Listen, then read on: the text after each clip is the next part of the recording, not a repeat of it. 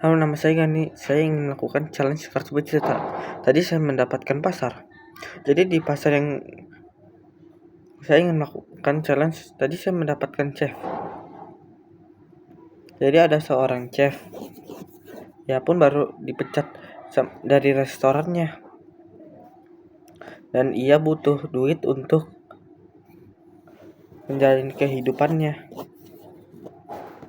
Lalu ia berpikir untuk menjual daging dan steak di pasar dengan harga murah.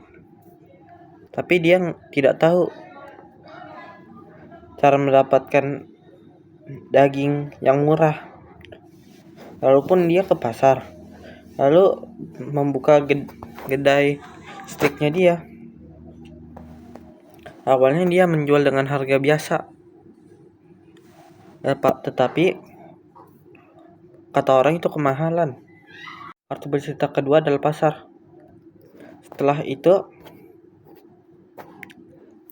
ia pun berpikir 4 kali kalau dia berpikir 4 kali bagaimana caranya agar steak bisa menjadi murah dan dibeli para orang-orang di pasar. Jadi dia mempunyai ide jahat dan cemerlang. Dia pun mengambil mayat ayam dan daging sapi yang sudah busuk untuk dicuci dan dikasih obat-obatan yang terlarang untuk dijadikan steak dengan harga murah. Lalu pas dia jual, orang-orang pada mengantri karena harganya yang sangat terjangkau dan dagingnya yang enak. Kartu bercerita ketiga adalah rumah sakit. Karena banyak orang yang membeli steak itu, tetapi mereka tidak tahu apa isi dalam kandungannya, dan banyak orang juga yang terkena penyakit yang sangat fatal. Ratusan orang dikirim ke rumah sakit dan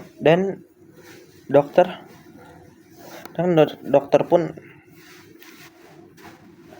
menanyai apa yang mereka makan. Mereka pun menjawab bahwa tadi sebelum mereka jalan-jalan mereka memakan steak. Lalu dokter itu curiga dan menyuruh para saintis untuk mengecek isi daging kandungan tersebut. Atau bercerita ketiga adalah dokter. Lalu dokter itu meminta salah satu dari pasien itu untuk membelikan dia steaknya. Pas udah dikasih, dokter itu menaruh steak itu ke stetoskop dan mengambil sampelnya untuk diberi ke saintis. Daging itu pun dicek dan ketahuan bahwa isinya banyak sekali kandungan yang sangat berbahaya seperti amuba,